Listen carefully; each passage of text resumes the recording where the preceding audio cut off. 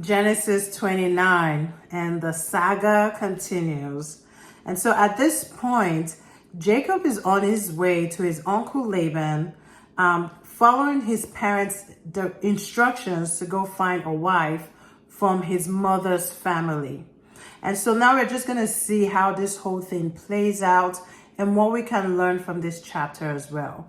So I'm going to start just like I did yesterday and read a few verses and then speak on those and then continue on. So we're going to start from verses 1 through 12, speak on that and move on to the others. So verses 1 to 12 says, Then Jacob went on his way and came to the land of the people of the east near Haran. As he looked, he saw a well in the field and 3 flocks of sheep lying there resting beside it because the flocks were watered from that well. Now the stone on the mouth of the well that covered and protected was large. And when all the flocks were gathered there, the shepherds would roll the stone from the mouth of the well, water the sheep, and afterward replace the stone on the mouth of the well.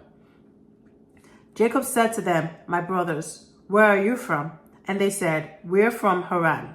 So he said to them, Do you know Laban, the grandson of Nahor, Abraham's brother? And they replied, We know him. And he asked them, Is it well with him? And they said, He's doing well. Look, here comes his daughter Rachel with the sheep. Jacob said, Look, the sun is still high overhead. It is a long time before the flocks need to be gathered in their folds for the night. Water the sheep and go and return them to their pasture. But they said, We cannot leave until all the flocks are gathered together and the shepherds roll the stone from the mouth of the well. Then we will water the sheep. While he was still speaking with them, Rachel came with her father's sheep, for she was a shepherdess. When Jacob saw his cousin Rachel, the daughter of Laban, his mother's brother, and Laban's sheep, he came up and rolled the stone away from the mouth of the well and watered the flock of Laban, his uncle. Then Jacob kissed Rachel in greeting, and he raised his voice and wept. Jacob told Rachel he was her father's relative, Rebekah's son, and she ran and told her father. I'm just going to categorize this section as our identity, things that we can learn about ourselves from this. So one of the things I saw is that, number one, Jacob pretty much broke protocol for Rachel. The whole idea was that they were supposed to wait till all the shepherds were there with all the flocks. Then they would open the mouth of the well and then water the flocks. But water the sheep. But Jacob broke protocol the moment he saw Rachel. And he was like, Nah, I'm looking out for her. Period. But here's another thing that I noticed was that while he was speaking about finding the whereabouts or information of Laban, Rachel, Laban's daughter, showed up in the middle of that conversation, was at the right place at the right time. Now, she was also the first person that Jacob saw. She was at the right place at the right time, and she was also at a place of service. She wasn't home like Leah was. Don't know what Leah was doing, but she was doing her father's bidding in shepherding the sheep. Now we are going to look into verses 13 to 20 and speak on that. And that is more into what is God's will for us. We would see more of that in these verses. So verse 13 to 20 goes, When Laban heard of the arrival of Jacob, his sister's son, he ran to meet him and embraced and kissed him and brought him to his house. Then he told Laban all these things. Then Laban said to him, You are my bone and my flesh. And Jacob stayed with him a month. Then Laban said to Jacob, Just because you are my relative, should you work for me for nothing? Tell me, what should your wages be? Now Laban had 2 daughters. The name of the older was Leah, and the name of the younger was Rachel. Leah's eyes were weak, but Rachel was beautiful in form and appearance. Jacob loved Rachel, so he said, I will serve you as a hired workman for 7 years in return for the privilege of marrying Rachel, your younger daughter. Laban said, it is better that I give her in marriage to you than give her to another man. Stay and work with me. So Jacob served Laban for 7 years for the right to marry Rachel, but they seemed like only a few days to him because of his love for her. So once again, there are a few things I saw here. Number one, when Jacob meets Laban, recounts his whole experience with his parents and how he had to leave and come look for Laban. To Laban was not surprised. It was like, you're my family, because that's how we do. Pretty much that's how I interpreted that. He was like, you're my bone and my flesh, because yeah, it's genetic. That's how we do in this family. We run things. But one of the things that I saw here that piqued my attention is that God desires for us to be transparent. Laban was not transparent with Jacob at all. Laban knew what he wanted to do in his heart. And he told Jacob what he knew Jacob wanted to hear, which was very different from what he wanted to do.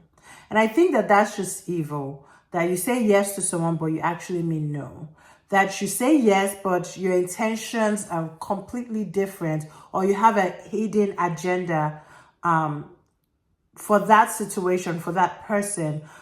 You betray people's trust when you do that. When you lack that kind of transparency, you're straight up lying. And people assume that lying is when you tell one story in replace of another story. So when something is actually white and you say it's black, that's lying. That is lying. But lying is also omission of information. All Laban had to do at this point was provide the right information to Jacob for him to be able to make his decision and say, hey, I don't want this or I want that. But instead, he just basically said, yeah, no problem. I got you. And he knew what he was going to do. And we're going to find out in the next few verses what he actually did. So we're going to read verses 21 to 30 and then speak about this awful thing that Laban did. Finally, Jacob said to Laban, give me my wife, for my time of service is completed, so that I may take her to me as my wife.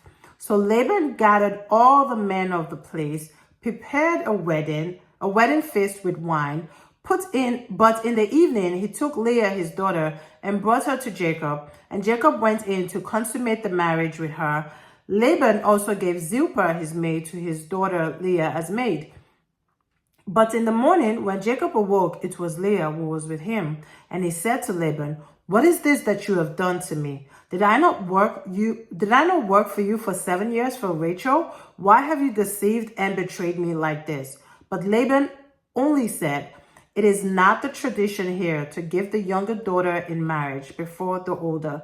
Finish the work of the wedding feast for Leah. Then we will give you Rachel also, and in return you shall work for me for 7 more years. So Jacob compiled and fulfilled Leah's week of celebration. Then Laban gave his daughter Rachel as his second wife. Laban also gave Bilhah his maid to his daughter Rachel as maid. So Jacob consummated his marriage and lived with Rachel as his wife. And he loved Rachel more than Leah, and he served with Laban for another 7 years. So now we see the deception that Laban actually caused to Jacob, which was, just say the truth. It's not customary for the younger to marry before the older, so you're going to have to marry the older first before you can marry the younger. Maybe then Jacob could have made an informed decision and say, you know what, I'm going to change my mind. Let me organize or arrange someone else that would marry Leah so that I can marry Rachel after that, or something. But he didn't do that. Now, when Laban set the wedding feast, he set it as if the wedding feast was for Jacob and Rachel. When he knew fully well that this wedding feast was for Jacob and Leah, but Jacob did not know. When Jacob finds out, of course he's upset because now he's been deceived. Touche. He did that to his brother. Yeah. But now at least he knows how Esau felt. But let me not digress. Now he's been deceived and he's upset. And on top of that, he has to work another 7 years for Rachel. Now keep in mind, the first 7 years felt like days for him because he just could not wait to marry Rachel. Like, that was how excited he was about marrying Rachel. To now have to work for Laban another 7 years was annoying. Not to mention, Laban actually manipulated Jacob and manipulated the situation. And so Jacob, now marrying the woman that he actually wanted, ignored the first wife. And so here, God had to intervene. We're going to read in the next few verses how God intervened. And so we're going to read from verses 31 to 35 to see what God did here. Now, when the Lord saw that Leah was unloved, he made her able to bear children, but Rachel was barren. Leah conceived and gave birth to a son and named him Reuben, a son. For she said, because the Lord has seen my humiliation and suffering, now my husband will love me since I have given him a son. Then she conceived again and gave birth to a son and said, because the Lord heard that I am unloved, he has given me this son also. So she named him Simeon, God hears. She conceived again and gave birth to a son and said, now, this time, my husband will become attached to me as a companion, for I have given him 3 sons. Therefore, he was named Levi. Again, she conceived and gave birth to a 4th son, and she said, now I will praise the Lord. So she named him Judah. Then for a time, she stopped bearing children. So what I see here is God's character. God is a just God. He sees your pain. He knows how you feel. He knows when something is not going right, and he knows what to do about it. And in this case, he intervened for Leah, and he gave comfort to Leah. But another thing I saw is Rachel was barren. Now, Rachel, in our eyes, is the woman that Jacob actually intended to marry. So in our eyes, she's the actual wife. But here, she's barren again. Do you see a pattern? Jacob and Sarah, barren for many years. Isaac and Rebekah, barren for 20 years. Rebekah was barren for 20 years. And now Rachel is barren too. There's a pattern here. We're just going to move quickly into the prayer points, and I have like a few prayer points that I raised, and then we're going into the verse of the day. And so the first prayer point is you're going to ask God to direct your steps and connect you to the right person. We see this happen for Rachel, where as Jacob was speaking concerning her, she shows up, and she was the person that Jacob had desired to meet. She was the person that Jacob fell in love with when he saw her. And we also pray that may you be at the right place at the right time. Then the third prayer point is you're going to break every pattern and habit that runs in your family. The reason I raised this prayer point is because we see a habit in Rebekah's family of lying and deceiving and manipulation. We see that pattern. And then we also see a pattern with the women in this family of being barren. And you're also going to declare that such patterns, whatever the patterns it is that you're experiencing in your life, that it ends with you. That it will not continue with you and it ends there. Then the last prayer point, you're going to pray that you will not fall into the deception of the enemy. In Jesus' name. And then the verse of the day is going to be verse 9.